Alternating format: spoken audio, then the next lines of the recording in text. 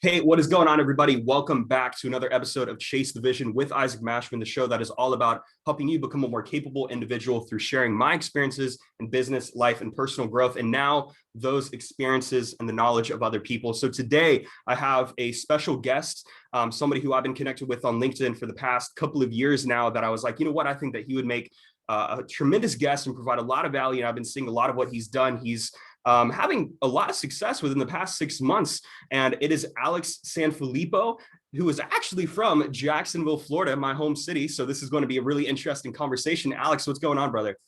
Isaac, I'm doing well, man. Glad to be here. And another Jacksonville guy. Come on. I'm excited about that. Love it, right? Love it. You know, Jacksonville, for being such a big city, man, it's like if you're not ingrained with the community, you don't know who's doing what. Like, it's not really a city that has a whole big culture of business or entrepreneurs. It's like you got to go into the right networks and join the Rotary clubs to really get connected. But man, go ahead and make a quick introduction about yourself. I mean, I know that you've done a whole lot over the past, I would say decade. But how would you sum up yourself, man? Give an introduction. Yeah, actually, it's what attracted me to your show, Isaac, is the fact just you're talking about chasing the vision, right? Like I became a person of vision when I got into my mid 20s and now I'm in my mid 30s. So it's been a little while at this point, but I really devoted my life to self-discovery, self-development, and just improve myself. So I would really call myself a student of life, if you will. Like I've done my best to become like just a reader. Like I'll read all types of things to learn, to do my best to do that. And I consider myself just to be somebody who's really just going after life because I want to live it at the fullest. And I've just found the best way to do this is to continuously be that student, learn and grow along the way. So I've devoted my life to it. I know we'll get into some of the journey here today, but that's really how I like to describe myself is, again, that lifelong student who's just devoted to that Right. self-development and learning, man. And that's really who I am. Phenomenal. Well, speaking about self-development, who are some of your like favorite authors or podcast hosts? I know that's a very general question, but try to answer that a little bit out of the box and not give like the cliche "think and grow rich" response. That's what a lot of people say. It is. It's always good to find like something different. Yeah, there is a reason for that. I mean, that's a phenomenal book, right? Like I've read that 5 or 6 times. Like it was a game changer. But yeah, like I'd say something that maybe doesn't get mentioned a whole lot, and maybe it does because he's a big name. But Brendan Burchard has a book called High Performance Habits that really helped me a lot because it goes through like 6 habits of high performers, and I realized after reading that book what I was missing, like where I was actually missing it, and it happened to be in the space of courage. Like I just didn't have courage to do some things I knew to do from like learning and growing. So that was something that really spoke to me. That's a more recent book that I picked up that, again, just super helpful for me. That's something I definitely have to read. Right now, I'm reading Dale Carnegie's How to Win Friends and Influence People. Oh, So I yeah. just picked that book up the other day and started it. And Brendan Burchard actually did a fantastic podcast interview with Ed Milet about 6 months ago that I highly recommend anybody listening to go check out because they go into those habits. And like, if you don't have the time to read the book, although I'm always going to be the guy who recommends to sit down, take the time, read, take notes, and actually learn the information, not to just say that you've read it. So Alex, man, like right now, you launched a company called Podmatch. And I mean, you're representing the merch. If you're listening to the audio, make sure to go back and rewatch the video online just by going to Isaac Mashman. Tell us about Podmatch, man, because that's actually how we got connected and set up the show. I reached out through LinkedIn and your assistant's like, go ahead and book it through Podmatch. And I'm like, all right, cool, which was pretty cool. Yeah. It was just so for the last few years, as I talk about like early on, like when we're in this conversation, I was mentioning how I've really devoted myself to being a student, to learning, growing. You hit a point where you need to start teaching as well. And and Isaac, you know this, not to come from a place of like, I know it all, like follow me, right? It's more so like, hey, I'm learning. Can I help someone make that next step the right one for themselves, right? And so when I had that realization, I realized that me being in the corporate world that I was in for a long time, I wasn't really getting many opportunities to do that. Of course, I had my team there that I was pouring into, right? But it was just a handful of people. Like at some point, I hit like senior leadership, and it's funny that the further leadership I get, the less people reported to me. It seemed like I just had managers and then senior man, right? It just keeps on getting more and more. So like, yeah. So I had influence ultimately through the entire pipeline, if you will. But I just felt like, man, I'm learning a lot as I'm reading books every single week, and I'm not using it all in this job because it doesn't always apply. I've got to share some of this with the world. And so I started just doing some one-on-one coaching, loved it. And that's when I got into podcasting. I was like, you know what? There's a way I can really get my voice out there, not to necessarily make myself sound better than I am or make my audience grow necessarily. Like all those things are great, but really, can I add value to somebody's life who maybe they never picked up this book? Maybe they haven't learned something that I have. And so I decided to really go after that. And as I did that, I just saw a need in the industry for something that could connect guests and hosts together, because I started doing some interviews. Like I was reading these books, so I'd bring these authors on to talk about the books. But sometimes I just couldn't find these people, like Isaac, you know how it is on the internet. Sometimes you're like, dude, who checks this? Like, thankfully somebody on my team got back to you. But like, sometimes it's just like you send a message and it's just gone forever. Right. So I was like, there's got to be a better way to do this. And I remember when I went to a conference that was specifically about podcasting, it's like where it really had the light bulb went off for me. I was talking to hosts and like, man, I wish I could find the right guest. In that same room, I was meeting people who showed up at these conferences just to be a guest. They had a product, service, or book they wanted to talk about. And I was connecting people right there. And when I came home, I was like, you know what? There should be like an online dating app that's for podcast guests and hosts to be able to and connect. And I'm like, Yeah. so let's build this. And so like me and a team, I brought in a partner right away, and we just kind of went for it. And that's kind of like the origin story of what is now Podmatch. And that was where the idea came from.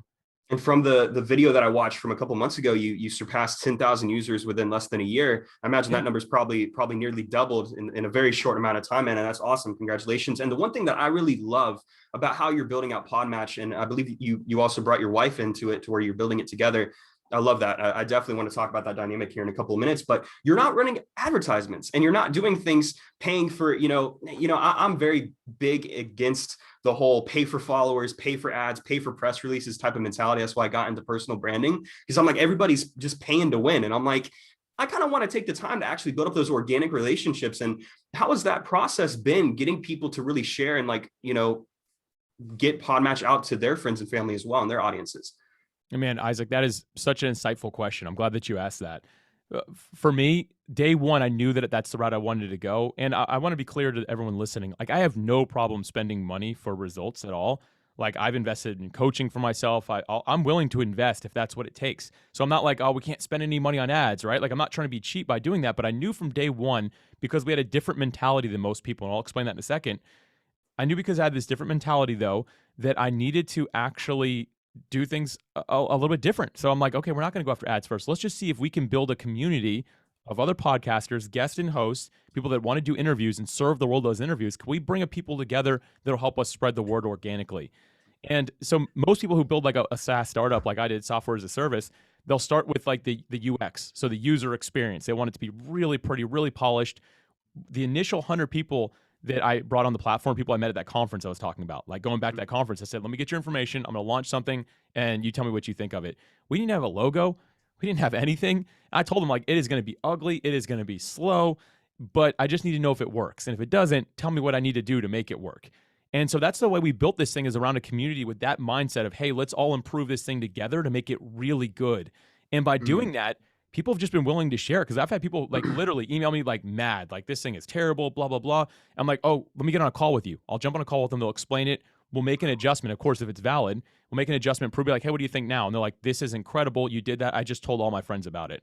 And you kind of build that trust with people, that community around, hey, let's build a great tool for all of podcasting. So again, together we can serve the world with some fantastic interviews.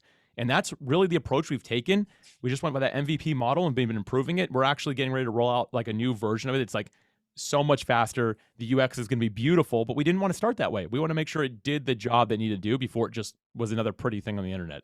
And I think having those user interactions is really what's making Podmatch stand apart, because as I was researching and, expanding the podcast and getting on different platforms, I've came across other services that are very similar to Podmatch's, but they don't have that same connection, that like, they don't have that same, hey, the founder of the application is actually going to get on a call with you and take time. Like if I go to your website, which is what is it called? Creatingabrand.com, right? Yeah. That's your podcast. If you go to there, you can actually book a call with you for 15 minutes. And it's like going to that site, their UX is, relatively, as of right now, a lot better than Podmatch's, but it's disconnected. And, it's like when you're getting involved with a startup too, people are going to be on board for the long haul. They're going to be on board with it to see the growth, to see the process, and that will actually allow them to connect with it even more. And that's why I'm super excited to, stay involved, because I had an interview within the past week that was done through Podmatch. And it was within the first couple of days of getting on. She shot me a message and she's like,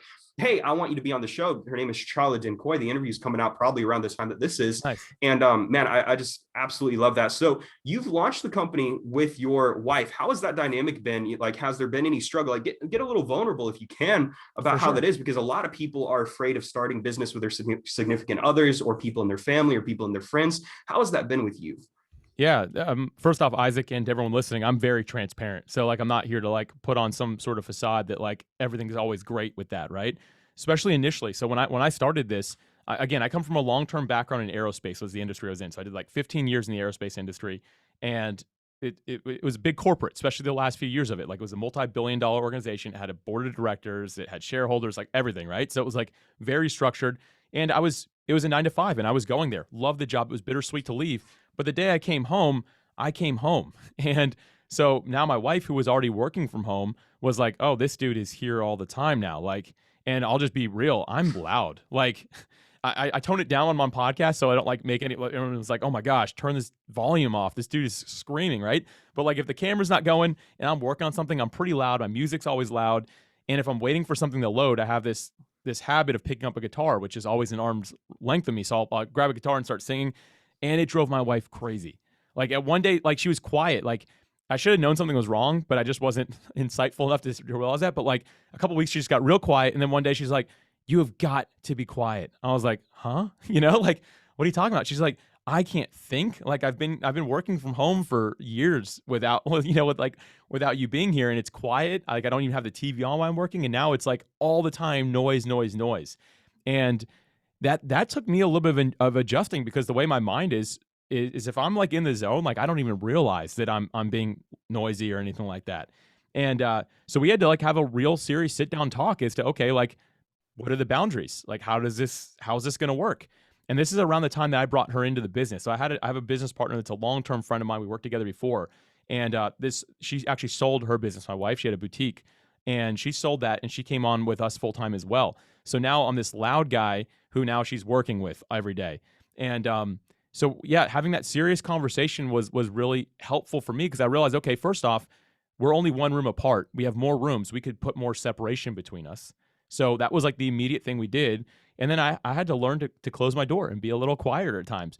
And she got a little more gracious with me, realizing, you know what, this is how he thinks. He needs loud music, I guess. So the dynamic initially, although really fun for both of us because we work really well together, we communicate well, it caused a little bit of tension, because it's like I came in on her space. This was her working environment. And I came in and just kind of took over. You need to get one of those little hangers that you put on the door that says "on air." I got a couple of those. My girlfriend got me from Amazon because Nice. it's been a similar dynamic. It's like she's in the other room reading right now, and she can probably hear me, so she has to wear her headphones. And like, we've had to have conversations similar to that, man. And thank you for sharing that. So how is it at night? Like, do you shut off, and like how do you guys just like disconnect from the workspace? Obviously, you're working at home, which that can cause issues, depending on how you are. And then shutting off, laying down watching TV or something like that. What's that like? Yeah. So first off, when we started working together, the first thing we had to do real quick, and this is kind of backtracking a little bit here, but we had to establish some office hours. So because Mm, we moved a little bit further from each other, there was no more like, "Hey, did you do this?" and "Hey, are you working on that right now?" And one of the things I realized about her, and I had to have a conversation with her again. I'd say that for us as a couple, communication is our strongest suit, which is pretty rare, I think. So we're good at communicating and mentioning when something's wrong. But she had this habit of walking all the way across the house over to where I am and asking me questions at any given moment. Like, it doesn't matter what I'm in the middle of, and breaking concentration. Like, we don't have to go into that. Like, you've probably had episodes on that before, right? Like, breaking that concentration though is really hard to get back into something. So if I'm like writing a piece of content, working on something, and she comes in and asks me like a question that's not that it's not important, but in that moment it doesn't have to be solved. It was causing some problems. I'm like, I'm not getting any work done. And then I started working into the evenings. So I'm like, you're asking me questions all day. Now I got to work tonight while you're hanging out. And again, more like a little bit more tension. We had to have the call, like, and the conversation of, okay, now we work on separate sides of the house, and we only work together. Use aside from our digital tools that we use, if we're gonna have an in-person conversation, it's gonna be between 11:30 and 12:30 p.m. every day. And we still have what we call that office hours, and we will meet in the middle of our home, which just happens to be like the living room, like most homes, right? So we'll meet around there, and that's when we'll have our conversation. She can bring her laptop, I can bring my phone, we can kind of collaborate on some things, and we go our separate ways the rest of the day.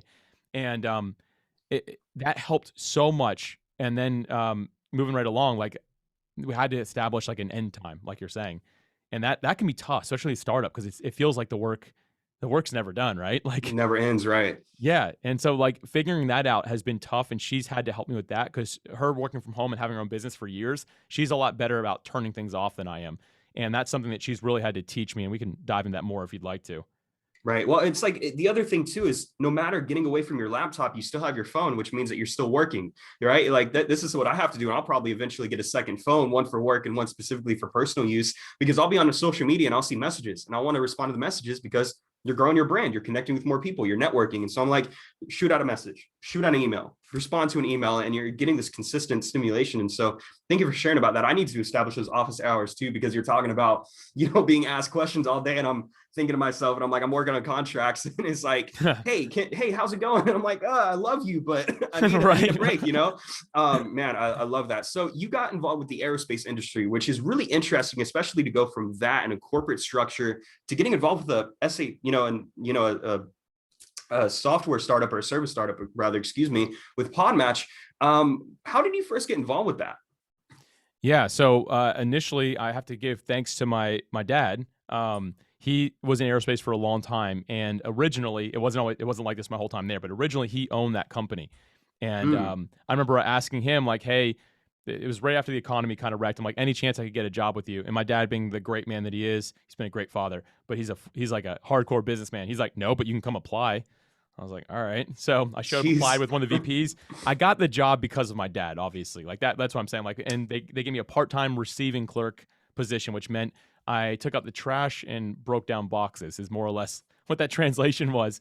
But yeah, that was kind of like my ticket into it, and I actually really enjoyed it. I just worked my way up over the years. I didn't actually even. It's funny, I didn't work with my dad until probably the 7th or 8th year I was there, because again, him being at the top of that organization before he sold it, and then he moved on from it at another point. But like getting to work with him was cool. But like working my way there was a very fun journey for me. It was kind of part of my motivation along the way, was getting that opportunity.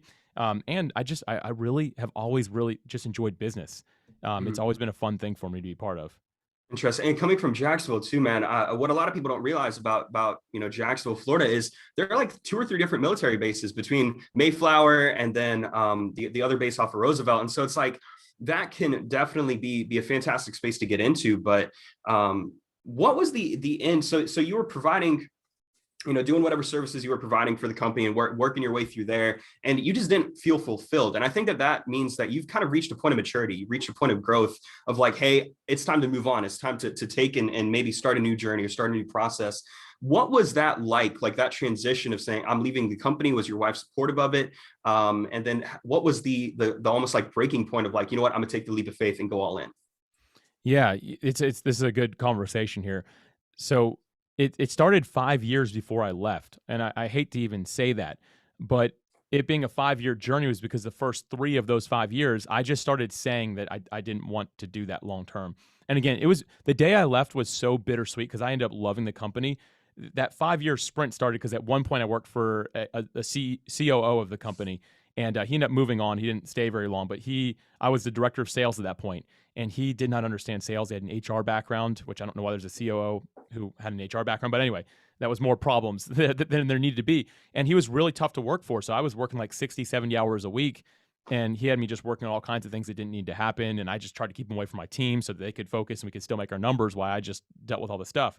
And that's when I realized, I remember telling my wife, I'm like, I just don't think I'm going to be doing this forever. Like I like the industry. I think it's fun. I just can't see myself here forever. And that's when I started thinking about it, but I never built a goal around it. Like it was just a dream to one day leave, until I hit that 3rd year of being like, hey, I think that's when I was like, you know what, I'm going to build an actual goal, and I'm going to leave this industry. Like I'm ready to do that.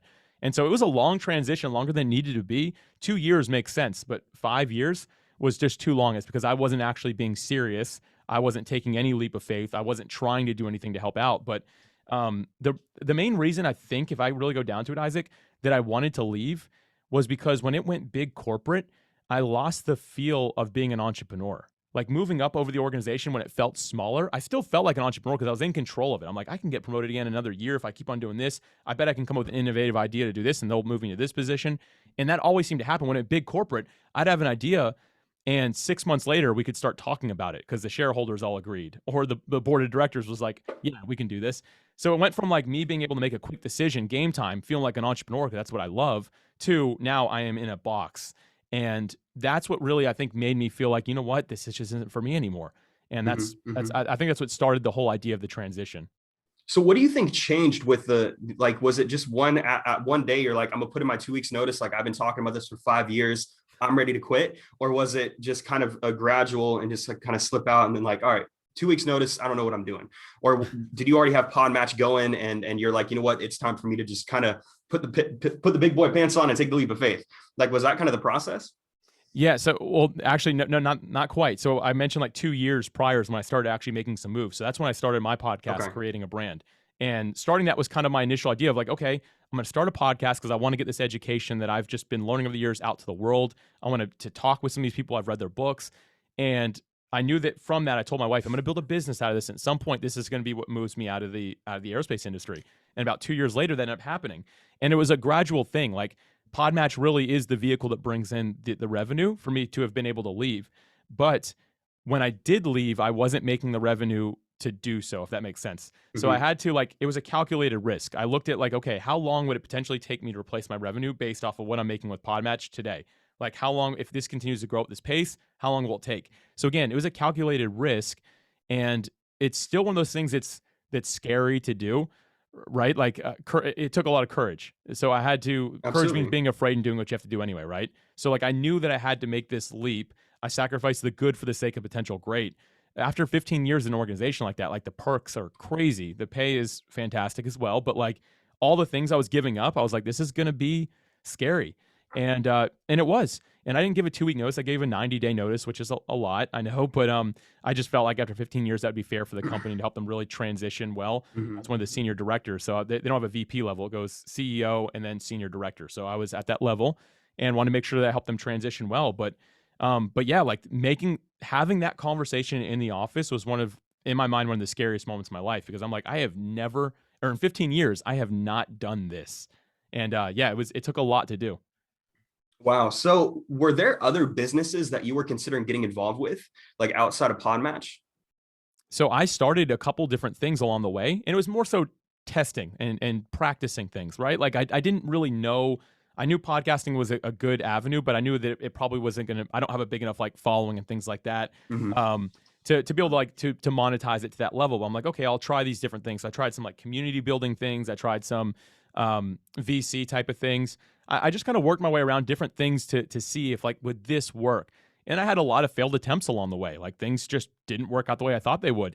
But that's the idea of trying things, right? Like, thankfully, I had the foundation of my 9 to 5 job, which I feel the need to say this. I left that company in really good terms. The last year I was there was 2020, and I finished all of my divisions. So I have 5 departments I was overseeing. Every one of those departments performed the best they'd ever performed. They were all the 5 top performing departments in the company, and all of them had their 2021 goals met when I left. So they had already finished. They were a year ahead of schedule, and like, at the end, they were like, "I cannot." Like, I remember the CEO was like, "I cannot believe you've achieved all this. Like, and now you're leaving. Like, that's crazy." But I want to make sure I left on good terms. That was important to me. So I wasn't slacking while I was building all these side businesses.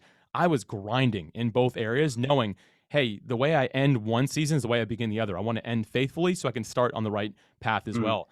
But yeah, those 2 years, like, it was tough because I had like failure after failure. I'm like, man, I do so good in aerospace. Why can't I make this work anywhere else? It was tough, but finding your space as an entrepreneur is tough. And I think sometimes it just takes the practice of doing so. What was your least favorite venture that you got involved with? So I did some web design for a little bit. Like, I started like a Uh, web design agency. Yeah, Isaac, where Yuck. were you? You could have said that and I wouldn't have done Oh it. man, no. So I was like, this sounds cool. Like, I'm actually good at this. I know a lot of people in the industry. I I had like my second client was like the client from hell. Like, oh my gosh, like, everything. Can you change this just a little bit? This just a little bit. I'm like, you've already paid me. Like, I can't keep on working for you. I worked 6 weeks longer than I should have on that job and Mm. probably lost a ton of money and decided this is the worst idea ever. I have so much respect for anyone who has a digital design agency like that. Like, more power to you if you can handle it. I couldn't figure it out. So that was my least favorite by far. Yeah, that's why I brought on literally within the past week a head of web design for Mashman Ventures, because I'm like, I can do all this, but I'm not to the degree or to the point, or nor do I want to design this for my clients. Like, I built my website, my company website, but even then I'm like, it would be much more, it would behoove me and behoove the client and the person I'm bringing on if I just pass the torch over there. Right. And so I saw that you also had a little bit of a speaking business. You got a certification from the Dale Carnegie Speaking Institute, I think a couple of years ago. How was that process? Because that's something that I might have to look into myself. Yeah, I mean, there are so many options to get like certified as a speaker now, and for me, it was helpful because the first time I stepped on a stage, I was like sweating, and Mhm. I mean, not that that doesn't still happen, like I still get nervous, of course, but I was like freaking out, like couldn't sleep the night before type thing, and I was like, I could use some help here. Um, that's really important, and you and I are like we're both on that same track of like self and personal development, right? And sometimes we can't do it alone, so I'm like, I need somebody who's been there, done that to help me understand. And yeah, so I invested and yeah, for a long time, I traveled around speaking. I started off with because I was doing that web design stuff. I spoke at a lot of WordPress events. So WordPress, they call them word camps, or my wife, she called them nerd camps, is the way she liked to word it. But anyway, they kind of were. But anyway, so like I travel around and do those, and then I got into some podcasting ones, some business, some aerospace, all those type of things. And still this day, I really enjoy public speaking now if I get the opportunity to, because I've done a lot of reps. Of course, I still get nervous. I don't believe that ever goes away. Mark Twain actually has a quote. He says there's two type of public speakers, ones that are nervous and ones that are liars. And I like Ooh, it's good, right? I like to think wow. I'm the first one. I'm the one that gets nervous. But anyway, so yeah, but I still love that. But that business is tough. Like I have a lot of respect for people that are on the road like 40 weeks a year, like grinding to be able to bring in that income. A lot of respect for it. I just knew I didn't have the stamina to do it. I remember a few times I went to events and I travel. I'd be really excited to go, but I'd go from like 3 events and come home and I'd get sick. And I'm not like one to get sick a lot, but I was on so many planes, shaking some people's hands. Like I guess it just like happened. And I remember telling my wife, like, I lost my voice one time I came home. I'm like, I don't know if I'm built to speak at the capacity that some of these people actually do. Like, I'm good at it, but I don't think I could ever turn it into a career. And that was another thing that I had to say, you know what? I could take a step back from this as well. Right. And I think for anybody building out their personal brands, and I mean, obviously, you've probably spoken about this on your podcast, creating a brand. I think speaking is fantastic, getting listed on speaker bureaus. A lot of these bureaus, if you have a couple engagements or maybe you have a podcast, they're going to pick you up and they'll post you on the website so you can at least get out there. And you might leverage your personal brand to get a couple engagements a year that still add to your credibility and boost your credibility. But to go all in as a business, that's something too that I would rather steer away from, because it's like you're making speaking your business, but you're not backing up your business based off of anything else unless you've already had a career that spans back 20 years. And so that's a really interesting subject. That's something that I'm looking to get involved with more. I might have to talk to you about that off air. So your entrepreneurial ventures go all the way back until the age of 10. So we're Yeah. talking you were young in elementary school selling used golf balls. Oh yeah, man. Yeah, that's where it all started. It's funny when I was a kid. I always like to share this story because I even at 10 I was very self aware and I realized some things about myself. My brothers were good at sports and I wasn't good at sports. Some of my other friends and family were very musically inclined and I wasn't. And I also wasn't. I was never good at school. We actually talked about it before we even got started. Like never did I ever get good grades in school. Like I always struggled to get through it. And I also wasn't good at video games at that age, which at 10, you should really be good at video games at Oh, least. come on, Alex. Like, so Come on. I realized, right? I realized at that age, I'm like, I don't know what I'm good at. Like, and I remember like not feeling sorry for myself because I was too young for that, but realizing like there's got to be something out here. And the first time I picked up a used golf ball, like I just found it because I lived in a neighborhood that had a golf course on the street. We were kids and playing on the golf course. I picked up a ball. I'm like, cool. I found this golf ball. And right as the golfer was riding by in a cart, he goes, "Hey, what kind of ball is that?" I was like, "Titleist Pro V1." And he's like, "I'll give you $3 for it." And so I gave him the ball. He gave me $3. And in my head, I'm like, I should find more golf balls and get $3 again, right? Like that's just where my head went. And then so I ended up finding hundreds of them because apparently they're all over the place. We got like this little ball retriever and we put them in bins, cleaned them up, organized them.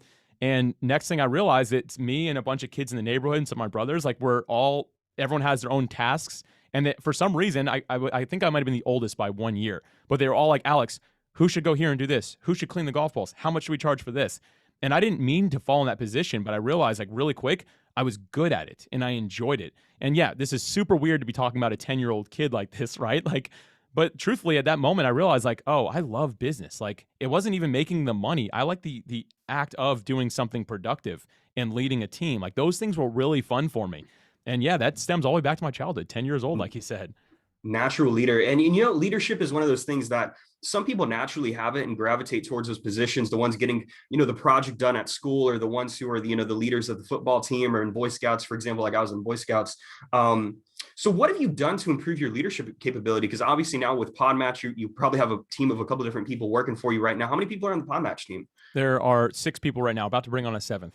Phenomenal. Congratulations, man. Thank you. That's Yeah. awesome. That's awesome. So what have you done to really improve that leadership style? And like, what is your style? Like, is it servanthood, or, like a lot of people have this misconception about leadership that it's like, you have to be a boss who's like giving orders and bossing people around, barking orders around. Yeah, I remember when I first got into leadership in aerospace, I was more that guy. Like I felt like a leader was a manager, and there is a difference. You can be a manager that leads, or you can just Mm-hmm. be like a manager that brings down the hammer on everybody, right? And I think I leaned toward that because I had that expectation of like, oh, this is a real job. Like I got to be tough like the older people in that industry. And I just followed past generations, but I realized real quick that I didn't get results from people. I didn't like myself because naturally I wasn't like that. And as a kid, I can even remember like, man, I used to be people used to like to work with me. Now people don't. Like, what happened? And so I realized I turned into more of like a manager than a leader. And that's when I really embraced what you just said, which is servant leadership. And for me, it's also knowing like when to lead and when not to lead. Like, I have no problem taking a back seat or taking a role that literally is just there to help and letting someone else lead. And I've done that everywhere from my church to my home to friends groups. And it's funny, like some people, the first time they see me not in a leadership role while I'm supporting somebody, even the person leading, they're like, "You're not gonna like take point on this." I'm like, "No, you're the better fit for it. Let me help. Just tell me what you want me to do." And people are sometimes shocked by it, but I've really embraced that form of leadership. And I'll tell you, I really learned a lot from John Maxwell. Picking Mm. up his books, man, so helpful. Like that guy just I think if you look up the word leadership in the dictionary, his picture is right there. But like he's one of those guys who just gets it. And like I just devoured a lot of those books and then just did my best to really like lead the way I'd want to be led. Like I didn't like when people micromanage me or tell me what to do. Like I liked people to more so like give me a platform and an opportunity. And so I've always just done my best to lead that way. At the same time, sometimes you do have to put your foot down. And the rest of the team, I know, always really respects that when you do that, if you ever have to.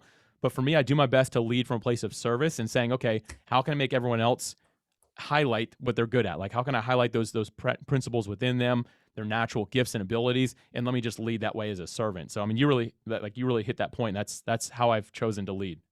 And that's honestly how you accomplish your goals as a team and as an individual, and help the person or the people who are working for you also achieve their individual goals. And that's like a fantastic place to be in. It's like everybody who I brought on with the Mashman Ventures team, I was telling them, I was like, I don't want you to get sidetracked from your individual passions and your goals. Like I want to be able to be that catalyst to help you achieve those. Like I don't want to feel like you're being bossed around. Like we're more so in partnership, and you establish that mutual respect. And so it's like, it basically goes back to lead how you like to be led. And I think that that's a good way of summing it up. And now you mentioned faith, you touched on that. And I saw that you attend Celebration Church in Jacksonville, which Mm-hmm. that name definitely rings a couple bells. Now I haven't been in town for a couple of years, and actually like I moved out, as soon as I turned 18 pretty much. And then a year later, I'm like, all right, sayonara, fly across the United States. But how has faith been, in this business process? And is that something that you really hold on to closely, or? Yeah, I mean, so the foundation of my life is built on my faith. So for me, following the example that Jesus said in the Bible, that's what I do. I don't Mhm. necessarily like identify as anything other than that, but I do my best to like to follow the example Jesus set, to be that servant, to love people. People need it more than they probably ever have right now, it seems. And I've just done my best to really model my life that way. But in business, it's not always easy because like the Bible is the book I read for like guidance, but let's face it, when the Bible was written, businesses didn't look like they do now, right? Like there's the principles are still in there. It's a matter of decoding them. And that is not always easy for me. Sometimes like, where the heck does like my faith fit into anything I'm doing right now? Like, or like when someone wants to join Podmatch who has totally different beliefs than I do, like, is that okay? Is it not okay? Like these are the things that like I have to question my mind and have to like kind of Mm. struggle with and go through. And some of that, especially initially, was very tough for me because I had somebody want to join the platform, and they asked like, well, is there anybody on here who's like into like satanic stuff? And I'm like, yeah, there's podcasts that are around that topic. And he's like, well, then I can't be on this platform, man. Like that's not okay. Like you don't believe that either. I'm like, no, but like, shouldn't I be accepting of all people? Like I think that's more part of it, right? So these are some of like the internal struggles that I've had of how do I keep my faith the center of what I do even in the business when it's not necessarily like a Christian or faith-based business, right? Like how do I actually do Mm. that? And the conclusion I've come to, and you could ask me again in a year, Isaac, I might have a different answer for you. But right now, it's does my life reflect it, and does my leadership reflect it? And does that vision come across to the people that I encounter?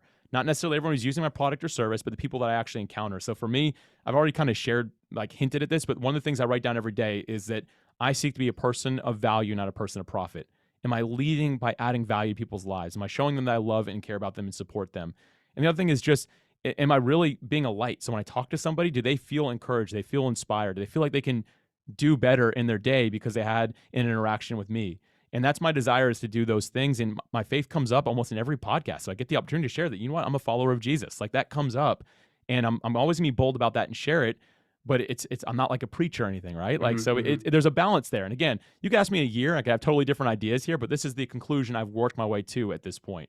And that all makes a lot of sense. And, there have been times in my journey too, because I was brought up in church after, my mom got remarried. And that was always something that, go to church on Sundays and go to church on Wednesdays for youth group. And although I didn't quite know why I was there half the time, aside from being forced, you still learn these different things, and like you experience that sense of mentorship. And what a lot of people come to think is that because there's like this title or something, like the principles that are discussed do not apply to them. And what I mean by that is, just because you're not of that same faith does not mean that you cannot follow or learn from some of those principles. So somebody might be listening and they might be an atheist or agnostic or whatever, their belief system is. And they would think that the principles that are mentioned in the Bible don't remain true to them. But if you actually go and view it from an objective point of view, just kind of take a step back, you realize that there are a lot of different things that you can learn and study and be always being a student, going back to that point. The cool thing about church, that I've never really thought of until this podcast, is that the leadership and the pastors and the people who are in charge are in a sense mentors. So were you brought up in church, or were you somebody who came to faith later on in life?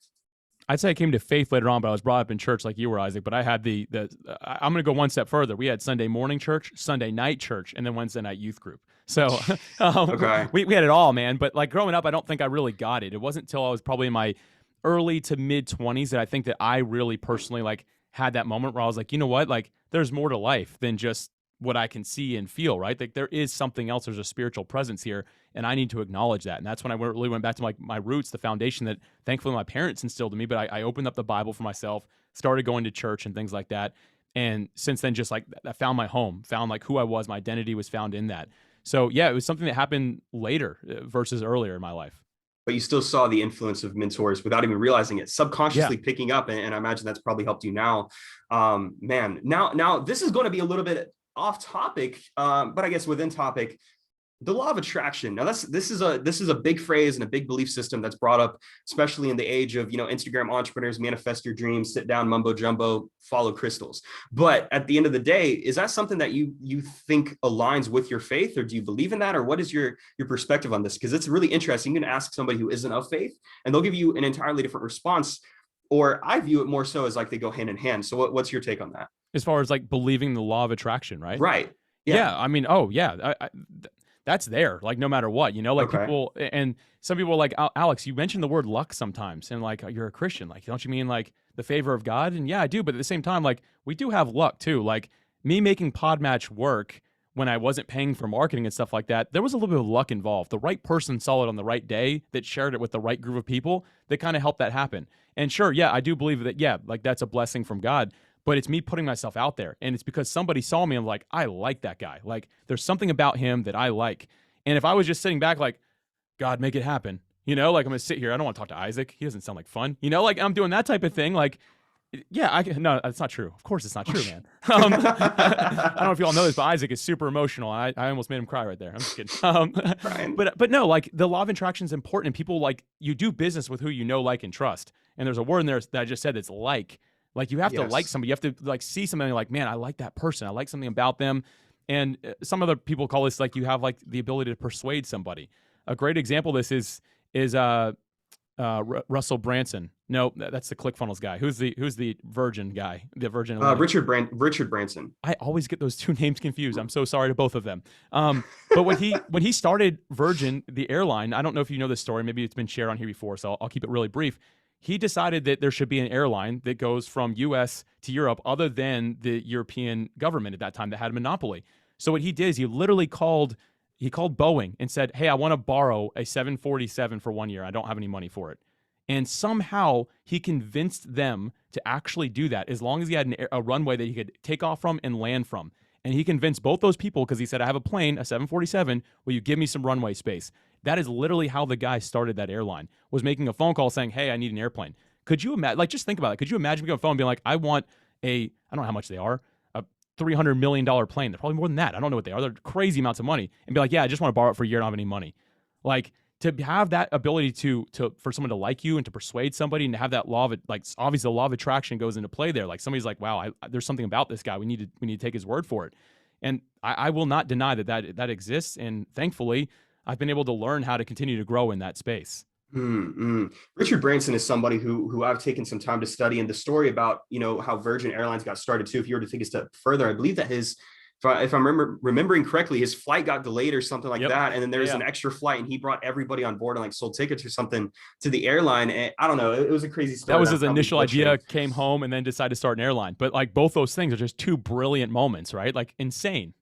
Yeah, absolutely. So you did a tech startup. If I was reading correctly, when I was doing a little bit of backstory research, that was something involved with home touring, and then you did a little bit of real estate investing. What was the startup that you sold, and like how successful was it? Like, let's talk numbers, because people do care about numbers at the end of the day. It was nothing to write home about. First off, so I was young. I think I was 16, and I had an opportunity that somebody presented to me saying, hey, this thing called virtual tours of homes is just getting started. And literally, like, now it's very common, but it's when you look up on the MLS or anywhere you look up, I guess, real estate at that time. I don't even know what the websites were, but mostly the MLS. And you go to a room, you could drag the mouse, you could look at the roof, you could flip it around. So it's like a 360 view of like a room or the front yard or the backyard.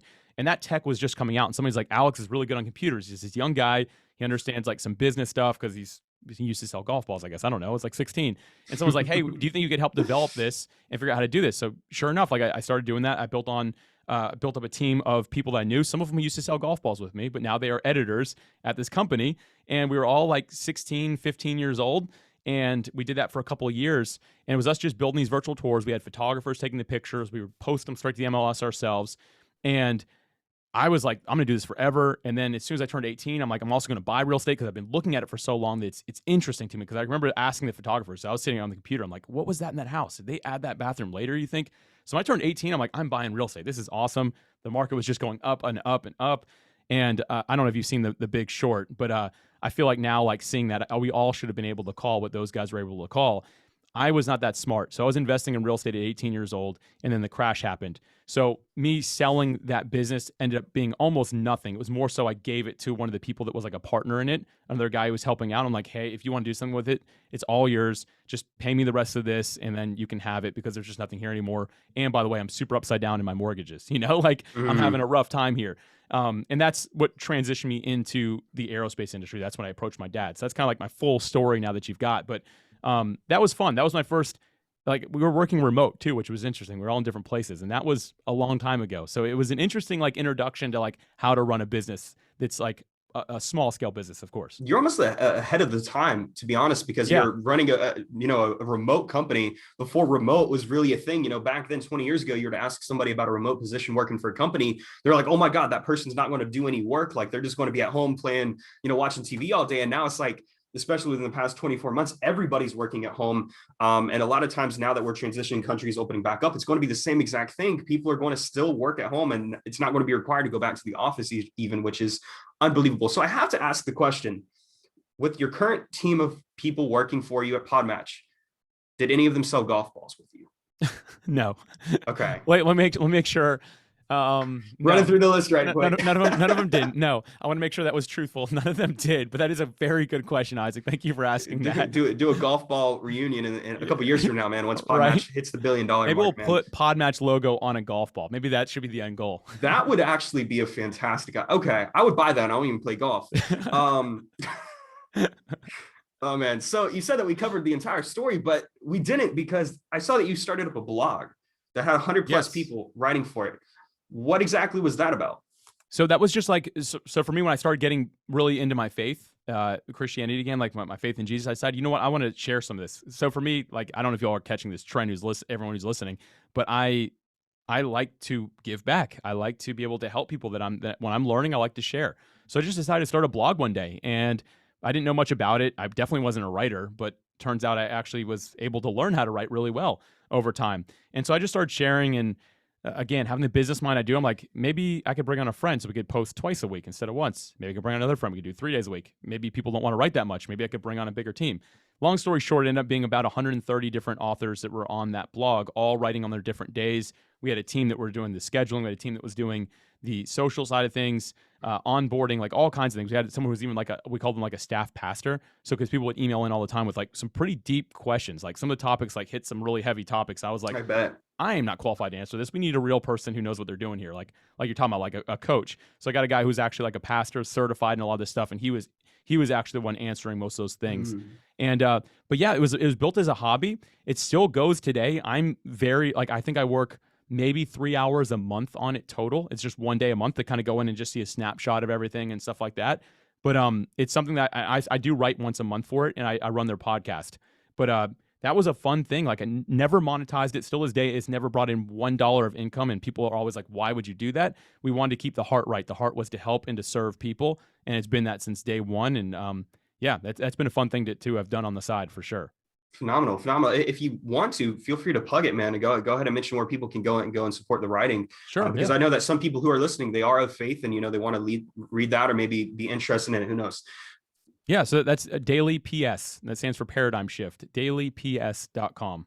Wow. Okay. Man, I love that word paradigm. That's something that a lot of people, the first time I encountered the word paradigm was reading, I believe it was Sean Covey, which, if I'm not mistaken, is Stephen Covey's son. And he had a book for like 7 Habits of Highly Effective Teens. And my parents were like, here, you need to read this book. And it was required for school. And so I read it, and he's talking about paradigms and your perspectives. And then come to study later, finding mentors, Bob Proctor, who's a huge guy in the law of attraction, Napoleon Hill, Think and Grow Rich space.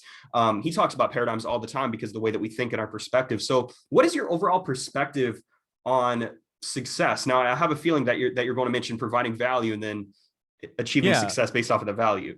Yeah, for sure. So, I mean, it's the way I've built my business. What you just said, like, this is not the answer to the question, so I'll jump into that. But like, the way I've built businesses and like the way I learned to actually make something work, Podmatch, is instead of trying to come up with ideas, I come up with solutions to people's problems that I care about. So I seek to serve somebody who needs something. And that's like, if I can say everything I've learned about entrepreneurship in like a single sentence, that's what it is. Stop trying to come up with your own ideas. Instead, think of the people you care about and find out what they're struggling with and make a solution to that struggle. And that will lead to something that will take you far further than your ideas. With that said, when I think of success, I think of actually achieving that goal first off, but also it's not what everyone, like, it's not the byproduct of what success can bring. Like, success can bring money. It can bring nice homes, boats, I don't know, whatever else people like, right? Like all the things that you can possibly get. And I said that because even as a guy growing up, I was looking at my dad, who was extremely successful, some of his friends, and my dad was always like a really positive, like he was a guy who I would consider truly successful. But I look at some of his friends, I'm like, these guys own their own airplanes. They have yachts. They have 5 houses, and they're the most miserable people to be around. Like they're my dad's age, and I was still like, oh, I don't want to be around them. They're always like unhappy about everything. I can't say that that's a successful person. I think it really is a mindset, because at the same time, I've met some people that literally have almost nothing. Like, I have some friends that are missionaries, and I have some friends, they just moved to a third world country again. They've done this multiple times, and they'll be over there for years. And they're running a soccer clinic at a place that doesn't even have like internet access and stuff like that. And they are some of the happiest people I've ever met, and they are changing lives every single day. That to me is a successful person. So for me, it's all the mindset of, am I doing what I was created to do? And if you are, to the extent where you feel fulfilled from it, I believe that's the true meaning of success. And how I know that faith is important to you, and I feel like this is a recurring subject in the the podcast. Since, man, I love it because this is different. I've never had somebody on the podcast and we actually have a conversation going back and forth about faith. You don't have one of these backstories of like extreme struggle. Like, you don't. And that's normally something that I would touch on, because a lot of people do come from single parent homes, or they come from places and situations where they don't have a lot of money, or, middle class or lower middle class. But the thing is, you coming from more of an affluent household, you're still extremely humble, and you're a likable dude. And that's something a lot of times kids who are raised, with the yacht parents, or with the parents who are, running what is now $1 billion company, they're just cocky jerks. And you're not that. What do you think has prevented you from going down that road and becoming that individual? Yeah. First off, I have to thank my parents. Like, never did I have a handout. Like, I remember like when I bought my first place, it was a condo that I bought, and I realized there was like an extra bill going to come. It was me $5,000, and my parents aren't cheap, but they just understand, like, you need to work hard for what you get. I called my mom, like, is there any chance I can borrow $5,000 for a month, because I think I'm gonna need to pay this. I'm not gonna have enough money in the account. Like, I didn't do this. And she was like, I'll write you a check. She goes, but in 30 days, I need all that money back, or you're gonna be paying interest on it. And she's like, and you need to make sure that you better calculate next time. She's super nice about it. I never felt like she kept anything from me. But again, that was instilling a good value inside of me of like, no, I need to be more careful. I can't just run to mommy like if I have a problem, right? Like that Mm, was never the way. So my parents raising me that way was I'm going to give them credit for that. And also I just realized that like although like I didn't have any major struggle, sometimes that's the main thing that holds people back is the mediocrity or the complacency or just the comfort that you live in. I find some people that grew up in really successful homes, they're the people I know who have achieved the least in their life and they don't seem to do anything. They don't try for anything. And it's because it's like, oh, life is fine. Like I've never had a struggle, so why should I try at anything, right? For me, right. I purposely have put myself in very uncomfortable situations. Like leaving aerospace wasn't comfortable. I could have stayed there forever. I was getting paid great money. The perks were incredible. I could travel anywhere in the world I want at any point, right? Like I Right. could do all these fun things. But I put myself in a less comfortable space. So I embrace discomfort so that I can get a life that I believe, again, sacrificing what's good right now for something that could be greater and Hmm. even better than what I have right now. And I think that's what's always helped me with that is never being like, things are just good. I'm just going to relax. And yes, I do know how to relax. But I mean, in general, just letting my life flow that way. I call it, again, coming from aerospace, I call it setting your life on autopilot. Like, yeah, you'll get to a destination, but it's the destination that's set in the computer, which I just call life. And I don't think that that's the best destination for somebody. It's me taking control and saying, no, I'm going to go this way. It's not conventional, might be weird. Some people might not agree with it, but I think it's going to take me somewhere better. And again, that's always back to a calculated risk. You can't just go crazy, right? Like, but that's kind of why I think that maybe I have the mindset that I have. And I haven't done enough self-discovery maybe to understand how to answer that fully, Isaac. But to my best knowledge is, you know what? I've never gone with with what is comfortable or what's been set before me. I've always kind of carved my own path along the way. You found yourself as an individual, not just somebody who's like a spitting image of their parents. And Well that's said. that right there is the answer. And so, man, I love that. Now let's talk real estate for a second. Now you've mentioned that you got the condos. Do you own any real estate in Jacksonville right now? Obviously outside of maybe your home. So today, like I know this should be evergreen, but today where we're at, it's a great seller's market.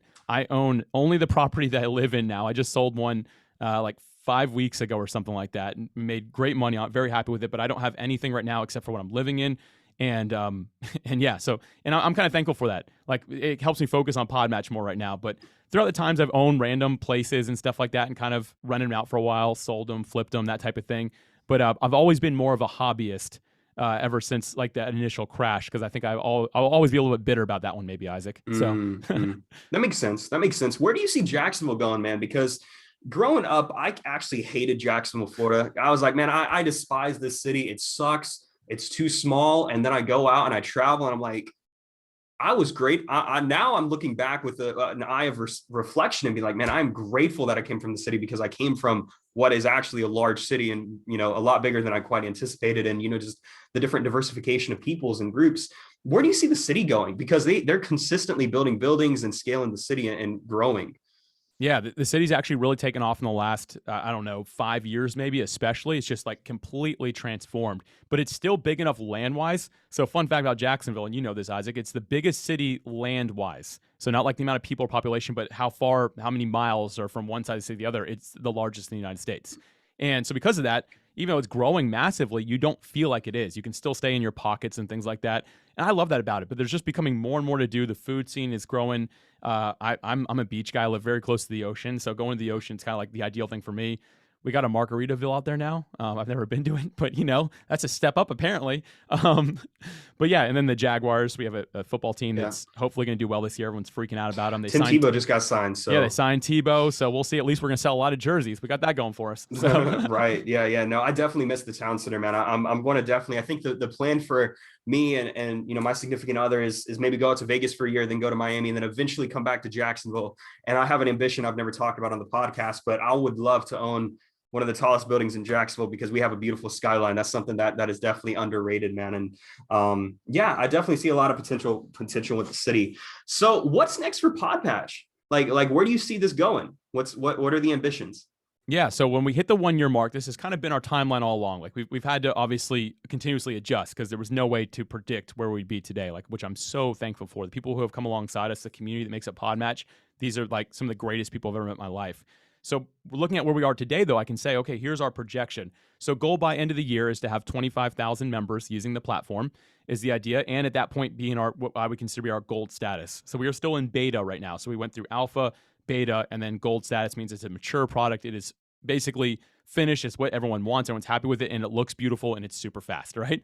So that's kind of the idea, is to get us through the end of the year and work our way toward that. And we are on pace to be able to do all those things.